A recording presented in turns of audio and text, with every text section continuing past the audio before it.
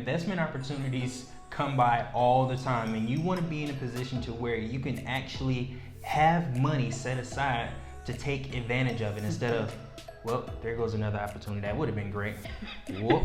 You're also paying yourself interest that would otherwise be going away from you to the banks or the credit card company. And the reason why we want to separate it is because we don't want your income to be commingled with your day-to-day expenses. So you literally write a check to a separate checking account that you just so happen to own.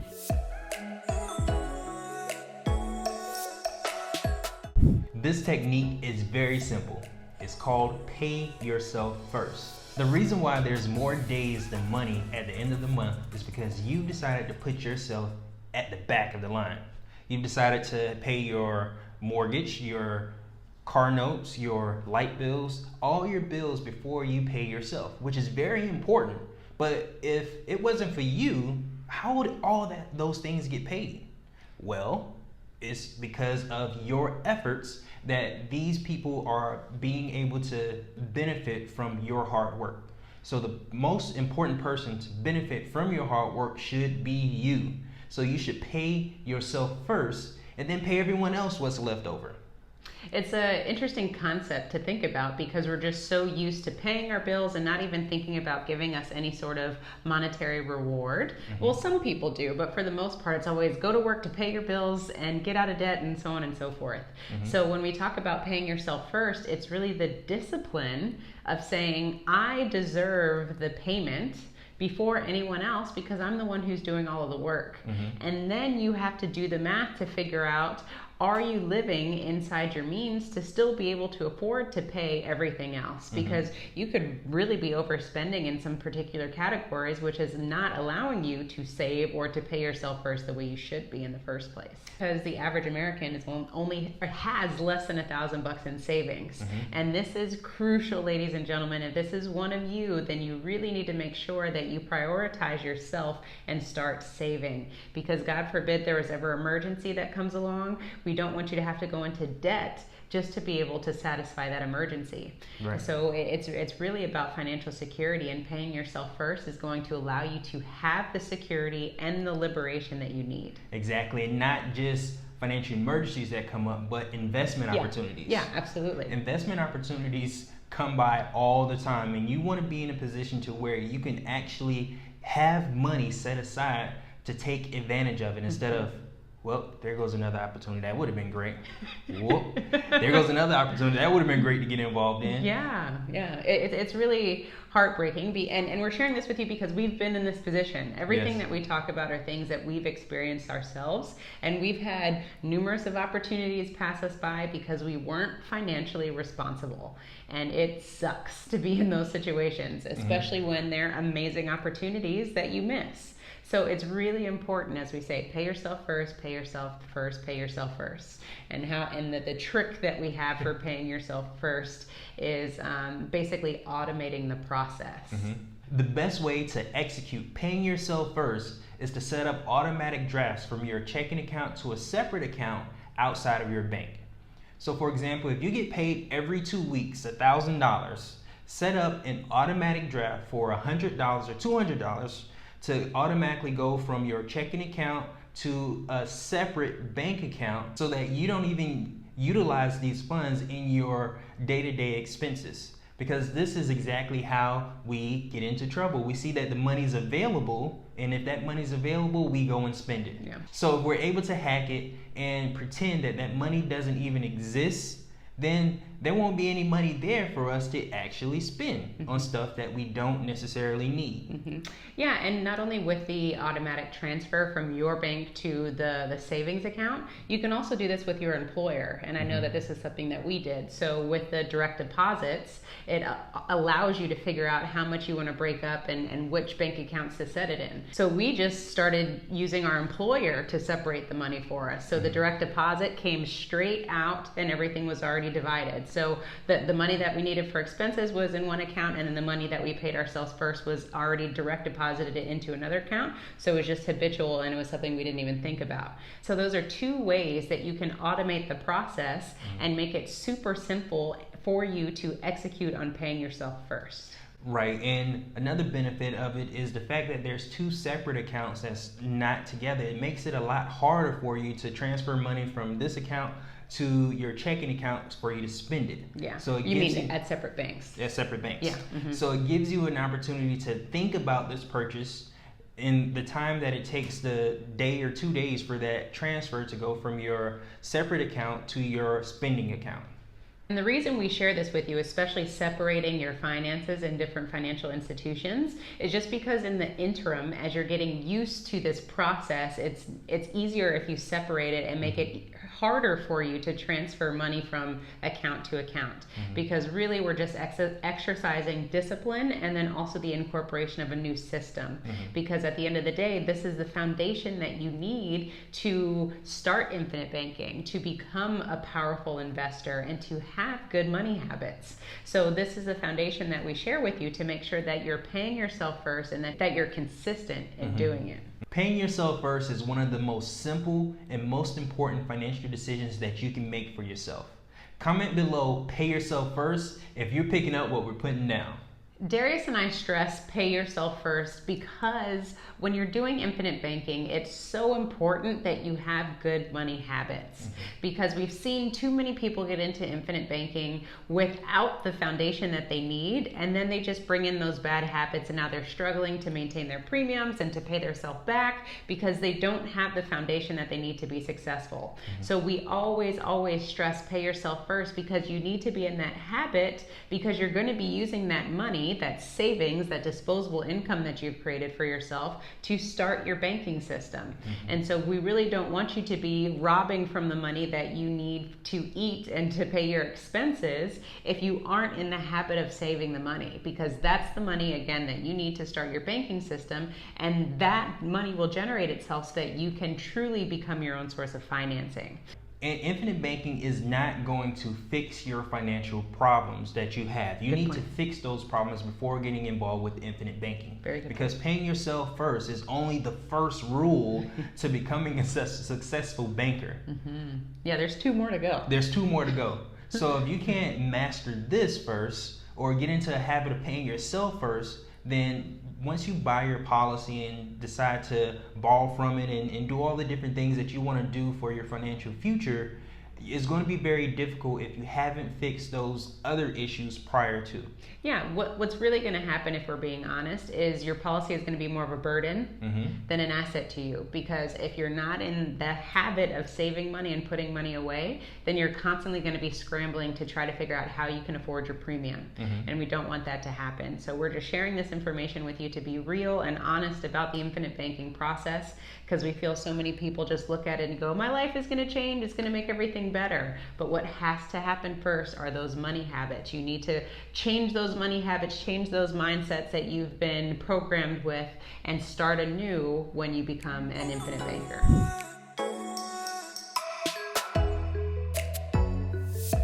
Rule number 2 is to pay yourself interest.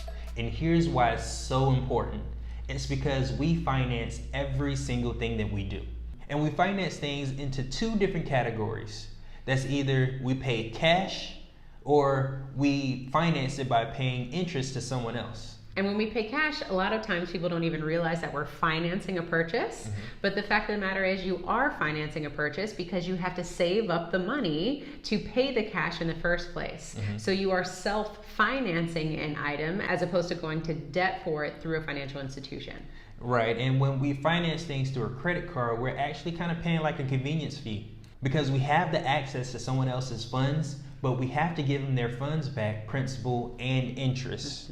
So in this video, when we talk about pay yourself interest, it's all about treating yourself the exact same way you would a bank. Because again, you're either going to lose your ability to earn interest by paying cash for items, or you're going to pay interest to someone else. So if you paid interest to someone else, why not make that someone else yourself so that you can collect principal and interest on an annual basis, because you're going to do this already. Right, and here's exactly how you do it. You remember in the first video of this series where we talked about paying yourself first and putting your money into a vehicle where you're earned a guaranteed interest?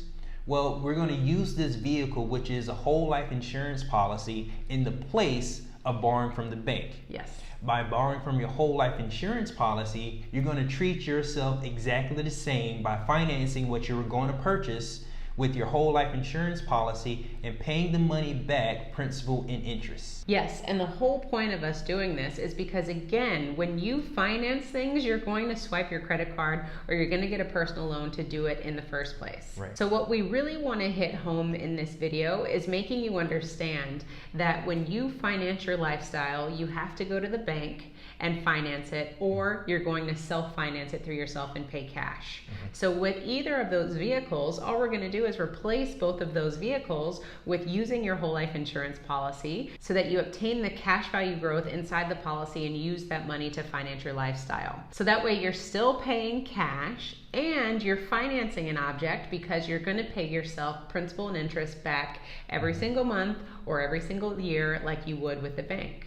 And here's the benefit to doing this.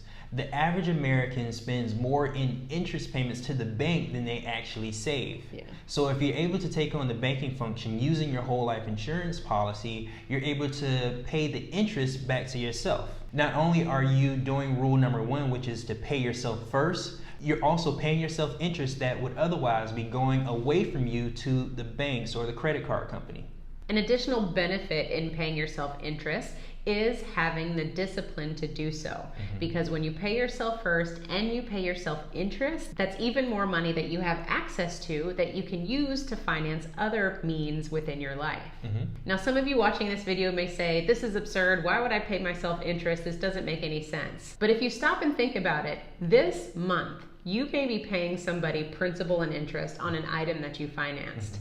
Why not replace that individual with yourself? So that not only you're paying yourself that principal, now you're paying the interest back and you can keep that money for yourself. Just think about it like this. Building wealth is a mindset and a habit. Yep. If you can't be disciplined enough to pay yourself back, then don't expect anyone else to. Oh, say that again so they hear it. I don't think you heard him. If you can't be disciplined enough to pay yourself back, then don't expect anyone else to. That was beautiful. If you want to make more money, get better investments, and become wealthy, then it all starts with the way you treat your money. Fire! Comment below with pay yourself interest if you are ready to change your financial habits. If you haven't already, make sure you check out the video Pay Yourself First, which is the first video of our 3-part series of the rules of banking. You may be asking yourself, how does this all take place? So let me help paint the picture for you. Typically, when you need money, you swipe your credit card or you go to the bank and you get funding. In this instance, since you have a whole life insurance policy or will have a whole life insurance policy, instead of going to the bank to get financing, you're just going to reach over to your whole life insurance policy and obtain the money that you would need. Now, if you went to the bank and got that financing, every single month you would be paying them principal and interest. Since you got the money from your policy, you're going to treat the policy the same way, and you're going to pay yourself principal and interest back and pay that money back to your policy. So what happens in the end? You have all of the principal back plus the interest that you paid yourself for financing whatever it was in your lifestyle. The difference is if you would have gone to the bank, they would have all of your principal and all of your interest that you paid for that financed object. Now, since you've created your own banking system and you have the principal and interest back, now that allows you to have more money in your possession that you can use to finance other things. And you keep doing it over and over again. Now, the key takeaway here is the interest. This is something that we underestimate. Every single month we are paying interest to somebody else. If we can redirect that interest to ourselves, again, that just allows more and more money to grow inside of our policy, which is more money that we have access to on an annual basis. So this becomes a win-win situation. But it really just depends on that discipline of you paying yourself first and paying yourself interest to grow your banking system significantly.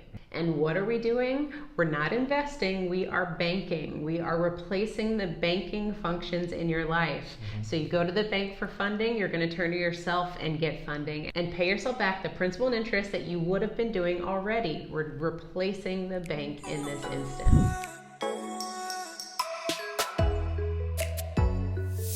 So let's recap. Rule number 1 is pay yourself first. Rule number 2 is pay yourself interest. And rule number 3 is recapture everything.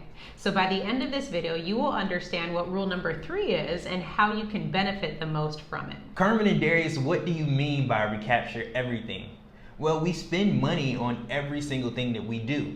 Yeah. Just think about the device that you're watching us on now. How much did it cost you? Well, you ever thought about maybe there's a way that you can get that money back from every single thing that you spend? You can absolutely do that when you use your own banking system and follow the rules, the 3 rules, to a T. You're right, and I think to add to that, when we spend money, we never for a moment stop and think, how can we get this money back? Because we know when we spend it, it's gone and we're not going to get it back. But there is a way that you can get the money back. You just have to understand money and how everything works. And simply follow the rules.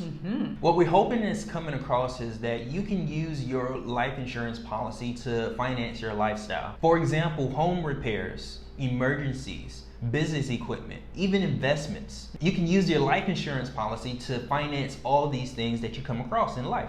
And now that you have the ability to create your own banking system, it's all about putting the system in place so that you have created your own financial business, so to speak. So in essence, when you create your banking system, the point is for you to get rid of all of your third-party debt or the consumer debt that we talk about, and then use your banking system to recapture all of your day-to-day expenses. Every time that you swipe your card, we're trying to figure out how to get all of that money back. Right, because the idea is to keep the interest payments that was leaving you, keep it in your system so that you can reuse it for something else. So comment below with an item that you would like to finance with your own banking system. And if you missed any of our videos about rule number 1 or rule number 2, definitely click the link here so that you can get caught up on those videos, but check it out after this video. Now, how exactly does the recapture process work? Let's say you've been following the rules of banking to a T, and you've been paying yourself first, paying yourself interest, and of course recapturing everything. And you're in the market for a brand new car. You have enough cash to purchase this car outright because you are your own banker. Now that you found the perfect car for you, you're going to do a little bit of recon work to find out exactly how much it would cost for you to finance this car through the car dealer. Now, you know that you're not going to be doing that. You're going to use your own banking system. But what you're trying to do is understand exactly how much it costs. Now, the car dealer lets you know that it's going to cost you 4% interest over the next 60 months. Now that you have this information, you say, okay, thank you very much, but I'm going to purchase this cash. Now, you drive off the lot after just a few hours instead of spending hours upon hours for that finance paperwork to come through. You only spend a few hours on the car dealership lot. You drive off knowing that you're going to be paying yourself this 4% over the next 60 months. Because let's think about it. If you didn't have the money or if you didn't have the banking system, you would be limited to what the car dealership's offering you, which is 4% at 60 months. But because you use cash, you know that once you get home a month from that day, you're going to start paying yourself for the next 60 months. Now, here's where it gets interesting. Because if we financed it through the car dealership, all that money over the next 60 months would be sitting in their account. But the difference is because you use your own banking system, it's sitting in your account after 60 months. Now, after 60 months, you have the car and you have the cash. Now, what does that mean if you have the car and the cash? Well, how much did it cost you if you have the car and the cash? Well, it didn't cost you anything, but you made money from your transaction. And a car is a liability, right? It's a depreciating asset. You lose money. But in this situation, you didn't. Now, even if you decide to sell this car later, you're able to do that and make some more money. Or you even have money to finance a new car after 5 years if you so desire. It gives you options when you have control. It gives you power when you have control. And the whole point about paying yourself first, because I know sometimes people just get stuck in the minutia of just, how am I paying myself first? How does this work? Or paying myself back, essentially what I mean. So the same way you would take your income and write a check to the car dealership every single month, you are paying them every month.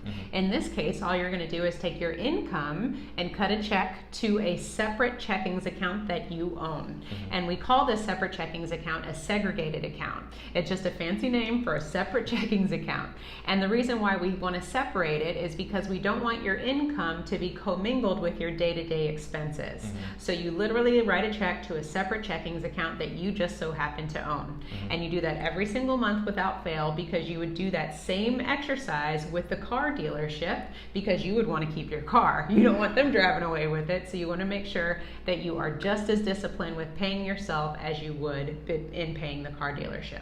Right, and another thing I want to add is, if you miss a payment, are you going to repossess your own car? Nope.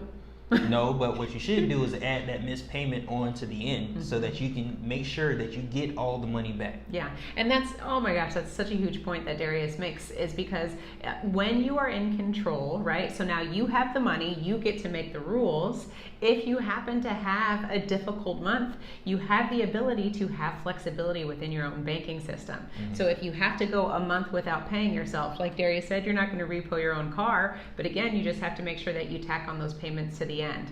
If things come up, if kids' expenses come up, if medical expenses come up, you at least can breathe a sigh of relief knowing that you have the power to choose what your options are and how you go about your financial endeavors. Right.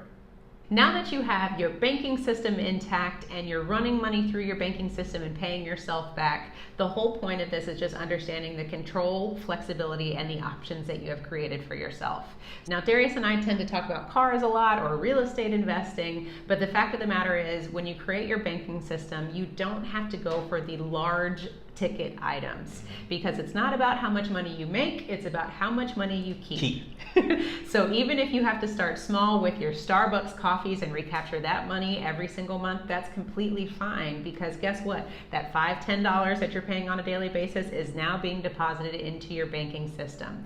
So we really want to inspire you all to be creative and think about, every single time you swipe your card, how can you get that money back? We don't care how small it is or how grand the purchase is, but get back every single penny that you are spending. Right, and the key again is to control those habits, is to piggyback on those habits, because we're not really spontaneous. You think you're spontaneous, but you have a routine. Let's tap into our routine of spending and redirect those funds. You're right, we're creatures of habit. We're creatures of habit. All right, so now that you all know how to recapture and the benefits of it, we have a free guide that we want to provide to you, which is called 52 Ways to Own Your Own Lifestyle. So for those of you who haven't grabbed your free copy yet, go ahead and click the link below so that you can get access to your 52 Ways to Own Your Own Lifestyle. And this guide is just all about 52 different ways that you can own your own lifestyle and use your own banking system to finance all of the things that you purchase. And if you like this video, give us a thumbs up, subscribe to our channel, and also share this information with family and friends. Remember to own your own lifestyle, or someone else will.